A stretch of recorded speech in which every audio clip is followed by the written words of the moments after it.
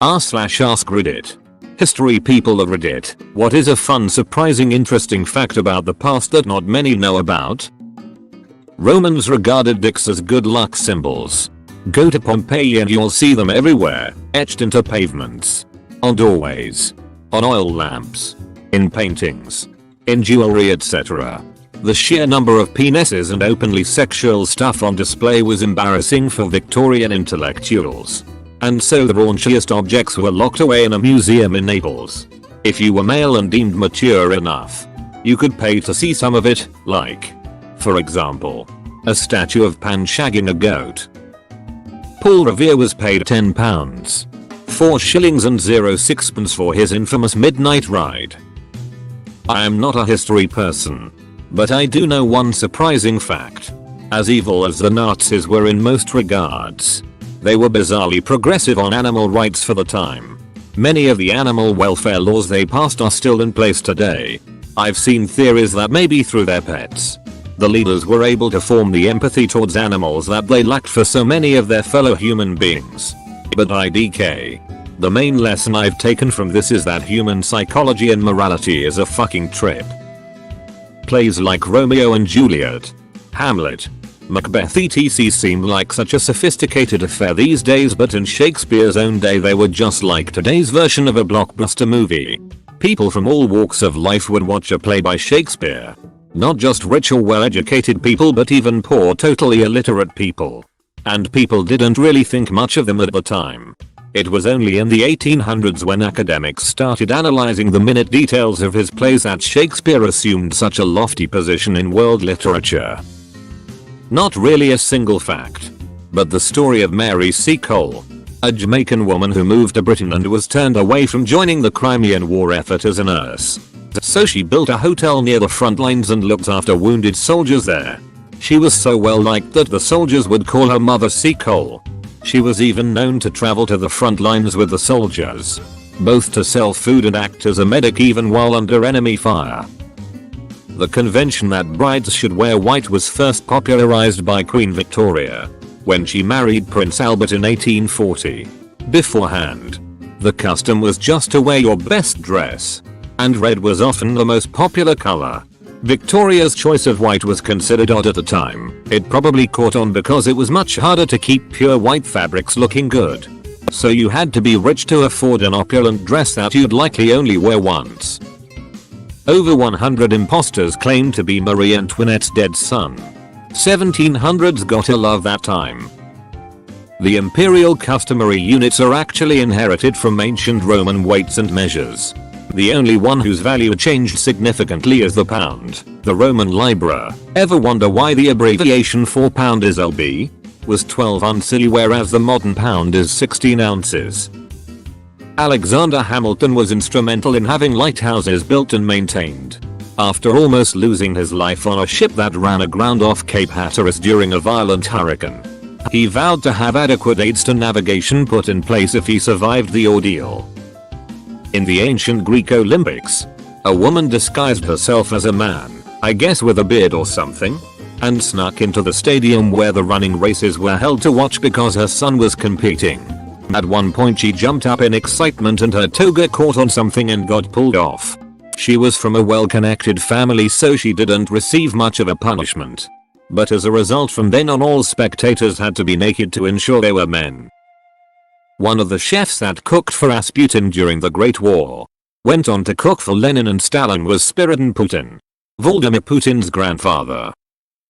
Adam Worth was only 17 when he enlisted to fight for the Union in the American Civil War, where he was later injured and managed to recover in Washington, D.C.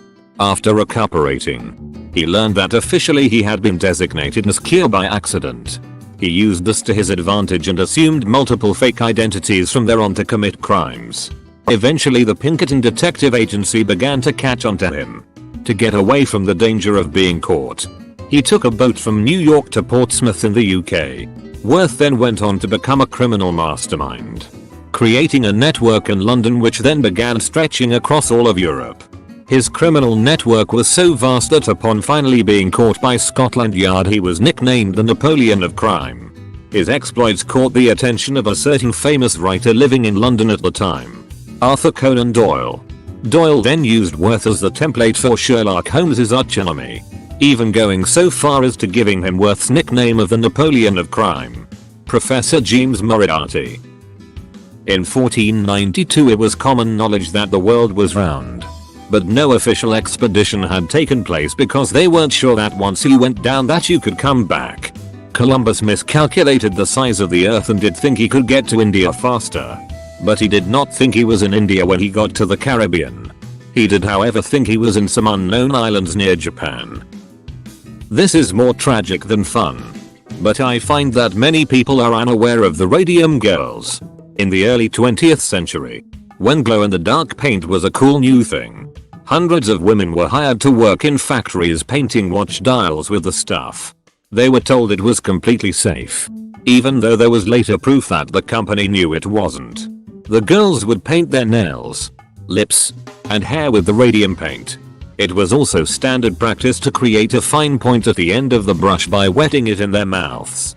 As you can imagine, this didn't end well. Quite gruesomely. In fact, predictably, the company tried to discredit and shame them, and keep them from exposing the truth. By the time the truth was finally revealed, it was too late. Like the workers at the Triangle Shirtwaist Factory, these women unwillingly contributed their lives to the improvement of workplace safety that we take for granted today. There was a regiment of Russian bomber made up of women who were given crap planes because of their sex. But it turned out to be the key of their success. The planes made a unique sound and were virtually undetectable on a raid. They were highly successful and feared amongst the Nazi forces as all they could do was pray they weren't their target. They became known as the Night Witches. Learn about Felix Kersten. He was the masseur of Himmler during World War II and successfully saved hundreds of thousands of lives although he was against the Nazi regime and a foreigner. He deceived Himmler, who considered him as one of his only true friends. And gaining his trust, he managed to avoid great disasters such as the deportation of Dutch people or the explosion of the concentration camps before the arrival of the Allies. He has one of the most interesting life I ever read. On the 27th of August, 1896, the Anglo-Zanzibar War started between the United Kingdom and the Zanzibar Sultanate in a dispute over which sultan should rule the country after pro-British Sultan Hamad bin Thuwaini had died. The war lasted a total of approximately 45 minutes, making it the shortest war recorded in history. Prior to his fame as an actor, in World War II, Eddie Murphy stood atop a burning half-track and held off an entire German platoon single-handedly until reinforcements could arrive. Blue was originally the color worn by baby girls because it was seen as soft like the sky, while boys traditionally wore pink because it was more closely related to the color red. That is, the color of blood and aggression. Then some royal princess switched them round one day, can't find the link as to who. And here we are. In 18th century London, you could rent pineapples to display at your house parties. Having a pineapple implied that you were wealthy, because they were exotic and expensive to transport.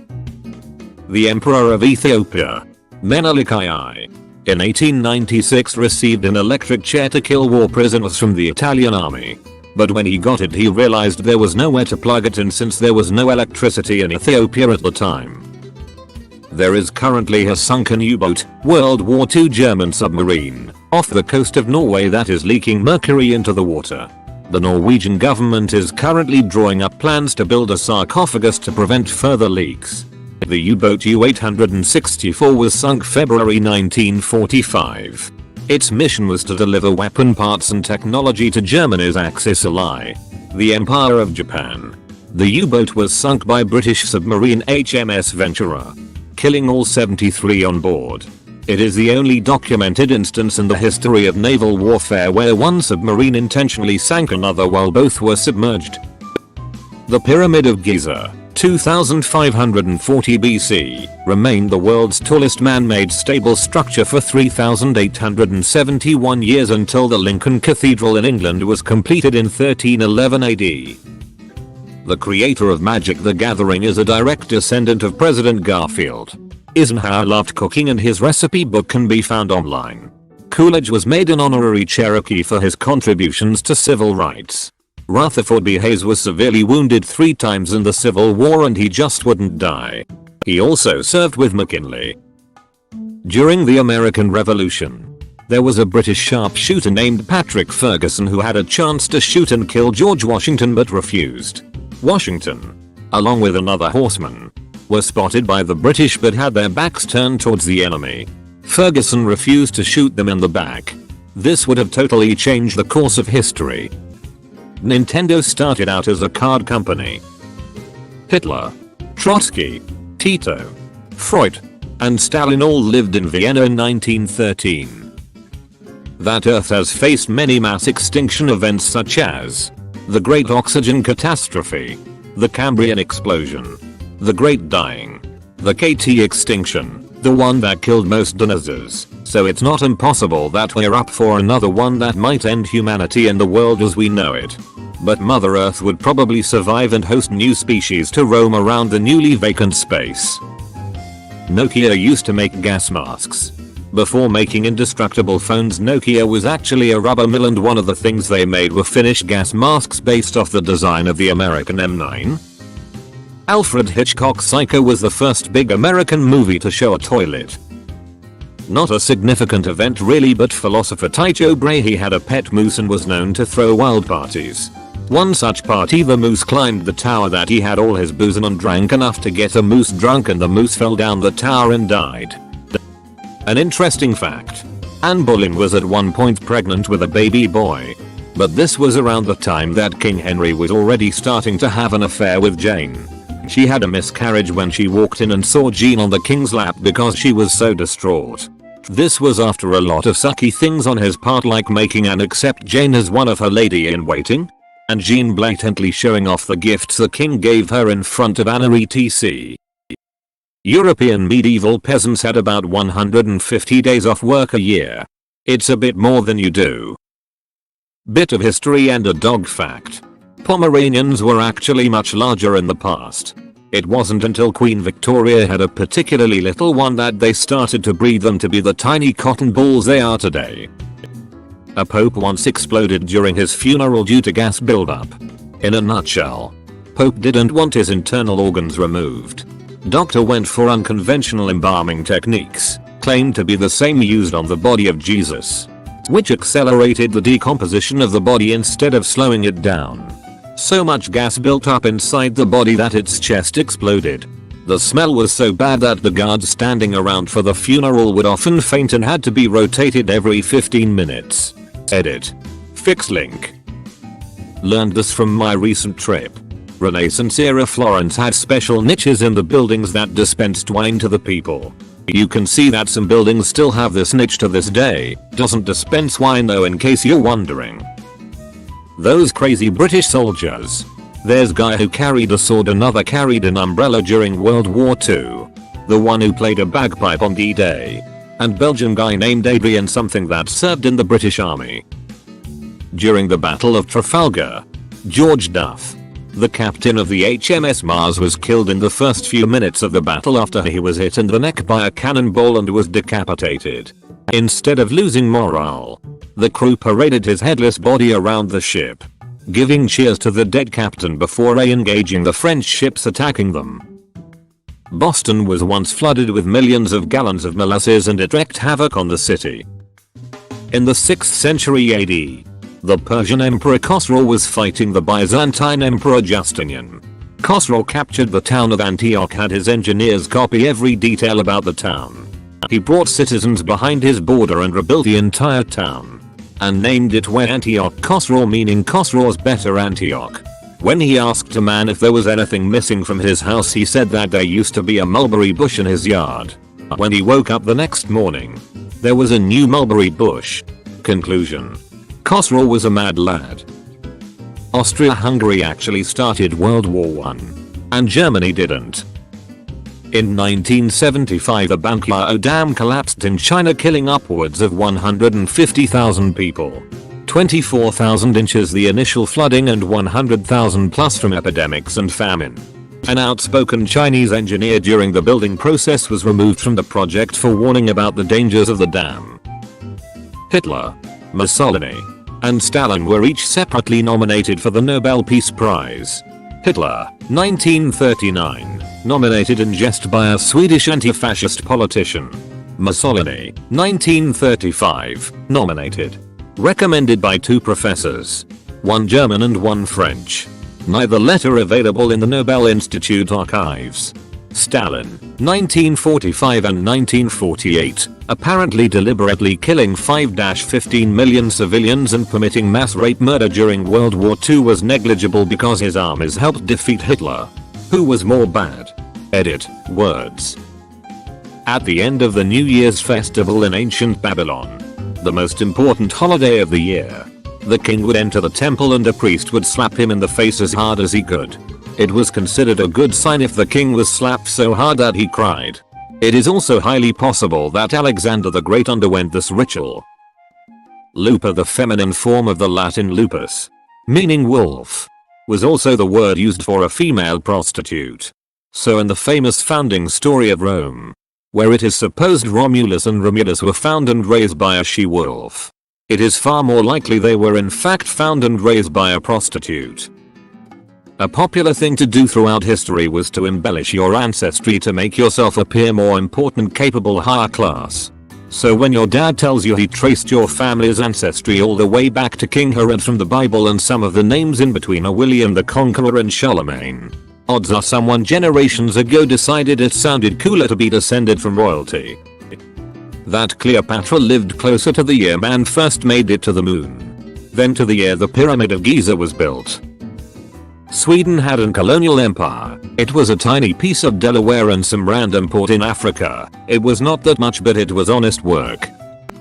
The number 1 cause of death for women in Victorian Tamir wasn't childbirth, as most people would assume. It's actually burning to death. Women had to be in full frocks and couldn't show ankle, but also didn't have contained stoves, so cooked over open flames. Lean into clothes and big dresses catch fire very quickly. 2 things spring to mind. During the Austro-Prussian War, Liechtenstein sent 80 soldiers. Later they returned with 81, suffering 0 casualties and making 1 friend along the way. Robert Liston was performing an amputation of a patient's leg, and the patient later died of gangrene. However, he also accidentally amputated the fingers of his assistant, who also died of gangrene. Finally, he also slashed through the coattails of a surgical spectator, who was so terrified that the knife had pierced his vitals he dropped dead from fright. This was the only surgery with a 300% mortality rate. Hitler wanted to become a priest as a child after one saved him from drowning. Ancient Egypt's polytheistic religion was quite tolerant of other religions and would sometimes import foreign gods into their own faith. When the pharaoh Akhenaten changed the state religion to monotheism, people who continued to practice the old faith risked persecution. This didn't last very long after he died though. In ancient Rome, throwing an apple at a woman was a proposal of marriage, and if she caught it she accepted. Also, when prisoners were sentenced to death, they would put them in plays. So when their character died in the play, that was their execution. Joseph Stalin liked to draw pictures of nude men and Gaddafi was obsessed with Condoleezza Rice. Hitler was the first modern leader to be against smoking and was a massive animal rights activist. History is crazy and that's why it should be loved. In 2007, Dick Cheney held the full powers of the presidency for a couple hours as acting president while George W. Bush had a colonoscopy. I'm anything but a history nerd, but the story of Wojtek is very interesting. Basically, the Polish army enrolled a bear during World War II, and he helped his human comrades with moving ammo crates. The 1900 Galveston hurricane is by far the worst natural disaster in the history of the USA based on the number of deaths. Imagine the ocean swallowing half of Brooklyn with little to no warning and you get the picture. Aphrodite, the Greek goddess of love, is derived from Mesopotamian Ishtar, who was a goddess of fertility, political power, war, and the planet Venus. Her cult was imported by way of Cthera, Aphrodite's mythical birthplace, to Sparta, where she was worshipped as a god of war as well as love. It was Athens that disapproved of her warlike connections and removed them. allowing her to become Aphrodite Panhellenis, one of the only gods worshipped all across Greece. Romans used to brush their teeth with urine to whiten them. If you want to get nothing in return, you can like and join my Discord. There is a link in the description.